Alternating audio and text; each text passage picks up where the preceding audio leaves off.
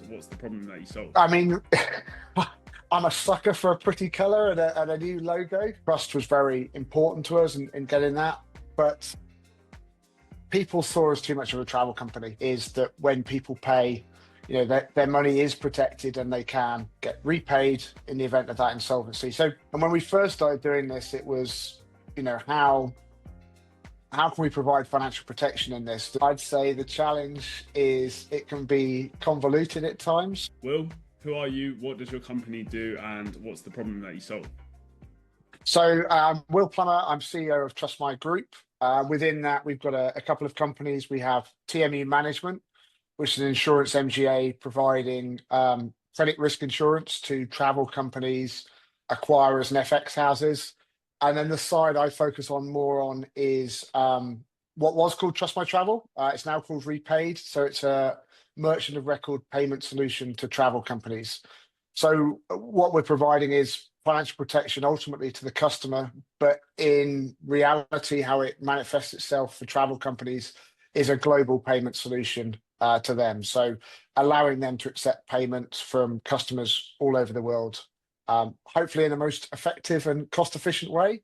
That's certainly our aim, but sort of providing that solution in what is a sometimes hard to access market. Mm-hmm. Okay, and just going through the rebranding now under that. So Yep. Can you shed some light onto why? All of that. I mean, I'm a sucker for a pretty color and a new logo. Yeah. I think as an entrepreneur, one of the challenges that I have is honestly keeping myself interested and sort of things on the rails sometimes, because it's what the next big idea is. But for Trust My Travel, which we've now called Repayd, it's been a lot of hard work in thinking about it. We came from a position where we were offering, or we still offer, it was still backed by trust accounts, but trust was very important to us in getting that.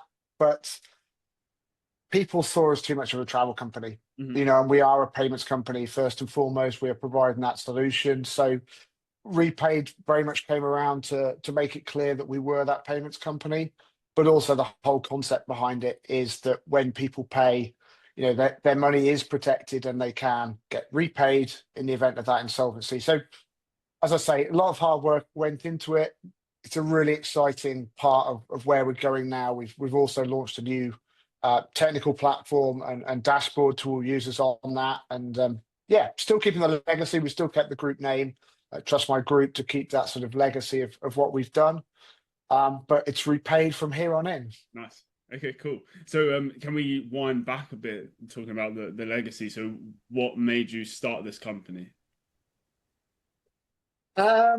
Opportunity, I guess. I mean, when we first started, and this is going back quite a long time, but I've always been in travel actually. So I've actually always sold holidays, either working in a DMC in the Middle East or actually setting up my own travel companies. So I had a company selling university tours, sports tours straight out of university. I've then had an outbound tour operator selling holidays in different parts of the world. Mm-hmm. And when we first started doing this, it was, how can we provide financial protection in this? There were lots of different ways in the UK. But there was none that was really low cost on that.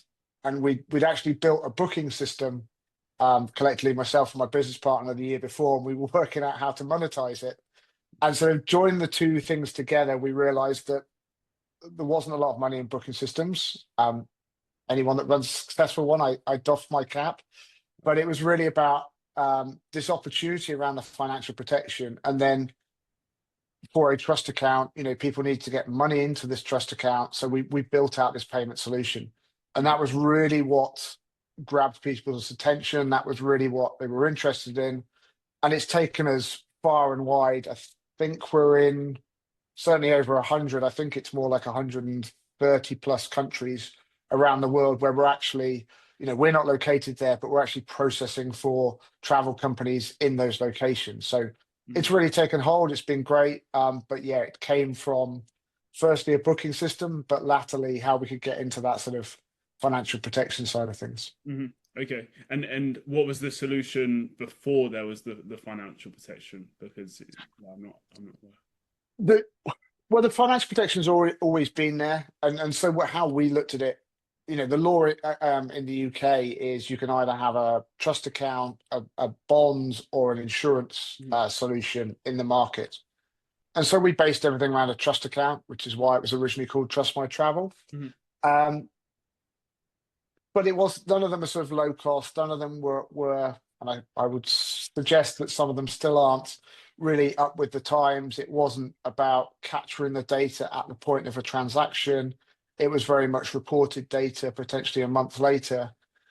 So we were looking to modernize that, but Mhm. also make that lower cost. Yeah. Um, and then the payment side of things came along and just it gave the best of both worlds. So even if you didn't have to meet the regulations in the UK or Europe, you could take advantage of this payment solution where it's hard for a travel company to get one, but also you can automatically give your customers some confidence in booking with you because their money is secure, basically. Yeah. Okay. Did it fly off the shelves then straight away, or was it slow? Um, no, I'm not sure. I mean, talking about sort of financial protection and trust account, people aren't interested in at all. There was a slight bounce post COVID where suddenly, with all the risk and all the refunds that were going on, people were like, oh, we ought to do something, but that's elapsed again. Because we were bootstrapped, we also, it was very organic in terms of how we built it up and we generated those sales. So I wouldn't say it flew off the shelves. We were lucky in terms of some of the clients we picked up. We picked up a big tours and activities provider Okay. with global reach early on. Mhm. Um, but no, it's far more organic. We also take quite a sort of considered approach to our sales.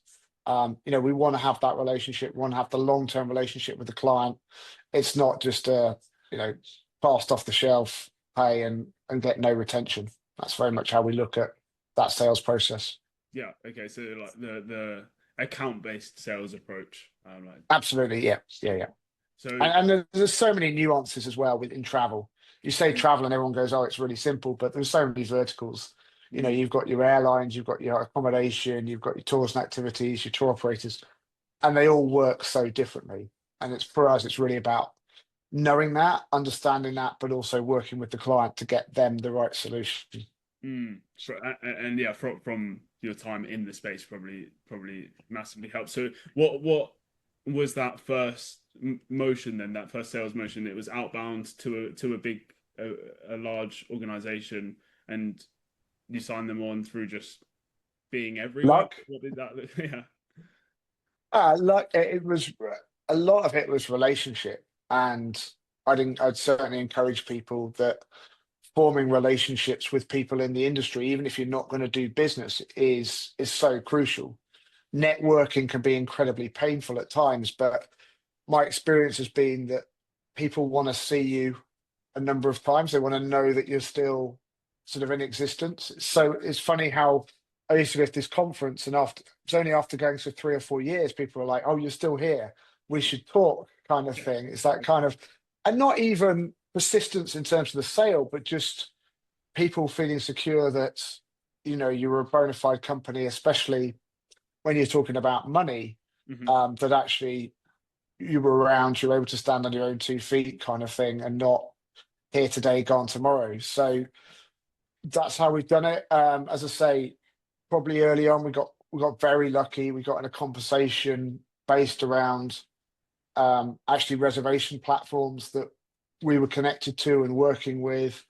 Okay. And then the relation just fitted in terms of there aren't many people that can do or can onboard and connect the people that we can onboard and connect in terms of the world. There's always different variations, Hmm. but with our merchant of record model, it gives us that kind of advantage compared to a lot of our competitors. Mm. Okay. And has that now changed to today, or is it still very relationship driven in getting new clients? Yeah, still very relationship driven. I'd say our best and most effective sales channel are introducers on the ground. So we don't have a massive sales team in house. Personally, I've never found that's worked particularly well. It requires a lot of investment in terms of the reach, whereas the introducers are often already in the chain in some way, whether they be partners in certain technologies or whether they're independent people in the payment space. We equip them with the knowledge about our product, and then they marry up the customer where there's normally a bit of friction to get them a solution. So that's worked incredibly well for us, and been incredibly effective. Okay. So it's the introducers that could be a range of different introducers, right? Yeah, so we've got individuals, literally people that know other people or put themselves out. We've got technical companies, reservation platforms who know that a particular travel merchant is having trouble getting, payment solutions. It could be anything really on that. We don't pigeonhole. We'll take anything. Yeah. But for us, it's very much, and again, it comes down to that relationship approach. It can't be a square peg in a round hole because the customer will leave very quickly. Hmm. We want to know that it's actually going to work for them. So our introducers know it's not about earning a quick bit of commission, Hmm. because we won't even onboard the customer if it's not going to work for them, if we're not the right fit. Happily point them in the right direction of where we think will fit, but it's got to work for both parties. Mm.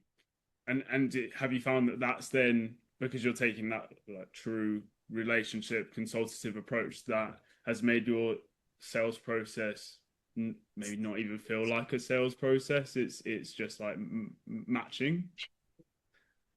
Yeah, Yeah. I'd say yes. I'd say the challenge is it can be convoluted at times.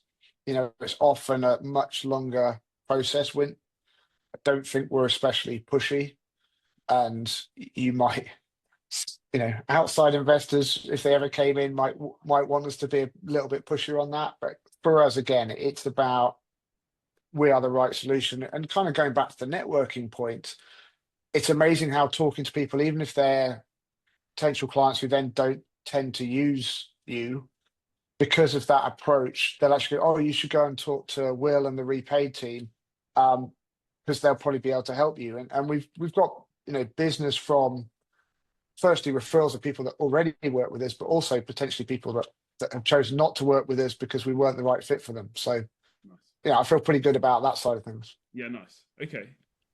What's so that seems like it's working well. I can see how it can it's harder to track as well. Like it's not a like relationships Yeah. harder to track. But I can see how that's working. Have you tried the other strategies before? You mentioned about like having big sales teams, stuff like that. Yeah. Not have you tried it? Yeah, we've had people in before who've sort of promised us the earth, and um, often, and look, it's horses for courses. I know it works in a lot of other businesses. On the other side, on the insurance side, it's probably a little bit easier, or it works a little bit better. Um, for us, it was always, and possibly on us in terms of the training we gave and the position we put them on, but they weren't finding the right leads. It's typically something that's hard to cold call on. Hmm. So it's very much about conferences, business shows Yeah. in a particular market, and then building up that relationship. But it's hard and it's frustrating to them because we when we're tracking stuff, we might have like a big travel conference that we went to last year. We saw the same person again this year, and we might do business in a few months' time. But where does that fit in, and where does that sit with their Yeah. kind of sales cycle? And sales people by their nature want to get things done. They want to get it signed on the dotted line. They want to earn their commission, obviously, and then they want to move on to the next one. Mm. And I'd say that's part of the challenge. The other side of things is depending on the size of the business, is how long it actually takes for them to firstly make a decision, but also then factor that into technology or operations to actually go live on that side of things. And that, it's often not necessarily a decision that can be made really quickly because it can have massive effects, across the whole board, especially the way that we work and the things that we do. Yeah. Okay. So you've taken those learnings or lessons from having more like salespeople, and then just Yeah. applied that of like saying, actually, let's keep doing what works. Is there anything else that you've tailored or done differently because of that experience? Have you like shut off certain channels of doing outreach, or?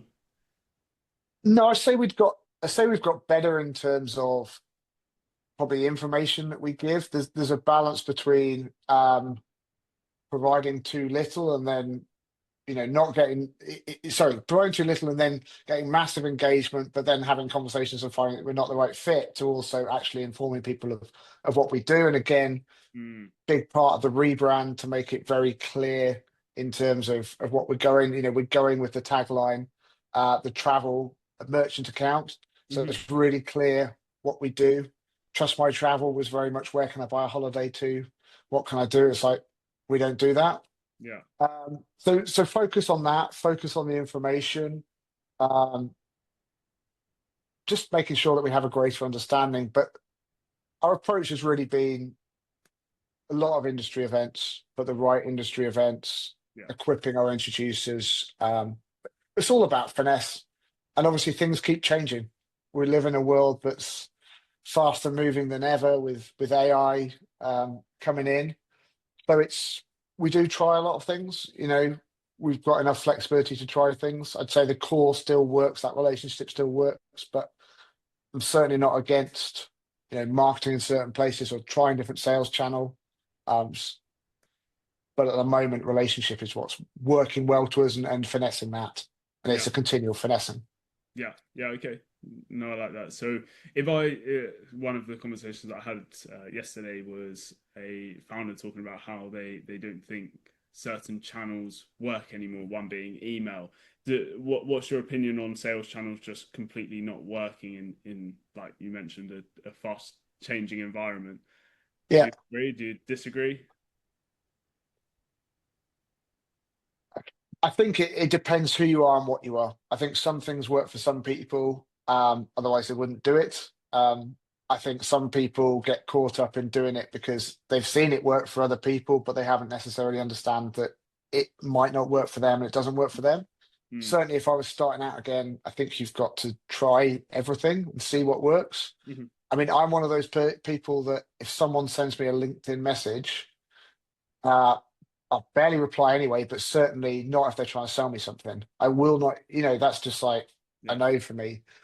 Email maybe is a little bit different. I think any kind of cold calling or cold messaging, you've got to be very sure in terms of what you're selling and how you approach that side of things. Hmm.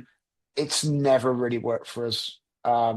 We might have the occasional inquiry that we've got out of it, but it tends not to be. It tends to be actually engaging, or our partners engaging, and that side of things. So Hmm. yeah, I'd say don't keep flogging a dead horse, Yeah. Yeah. but equally try everything. Yeah. I kind of like that concept, especially as things change. And I think also, it depends on who's buying, because I might not open LinkedIn, but other people might open LinkedIn messages. They might open and respond to emails.